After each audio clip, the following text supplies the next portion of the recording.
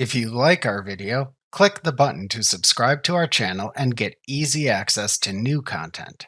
To see our full suite of ad-free video courses, instruction manuals, and quick reference guides, visit us at www.teachucomp.com. As long as you have entered vehicle mileage, marked it as billable, and assigned it to a customer job, you can invoice the customer job to collect the mileage. To do this, create an invoice by selecting Customers Create Invoices from the menu bar.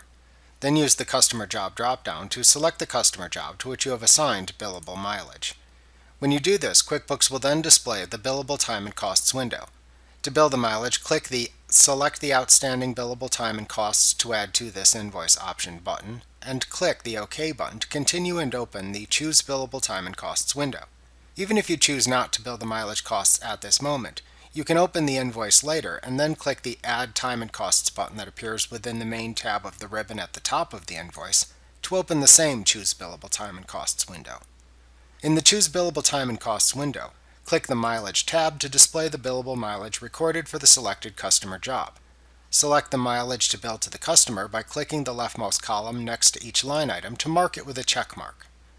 To choose how QuickBooks will import the data into the invoice, click the Options button in the upper right corner of the tab to open the Options for Transferring Billable Mileage dialog box, and select the Desired Option button to indicate how you want the mileage data to be imported.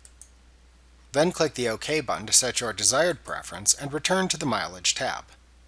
You can check the Print Selected Time and Costs as one invoice item checkbox to add all of the selected billable time and costs to the invoice as a single item if needed.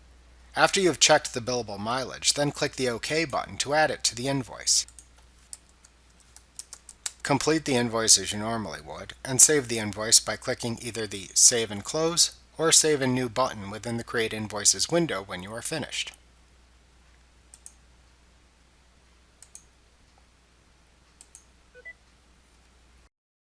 Remember to click the subscribe button to see more of our videos. See our full suite of courses, instruction manuals, and quick reference guides at www.teachucomp.com.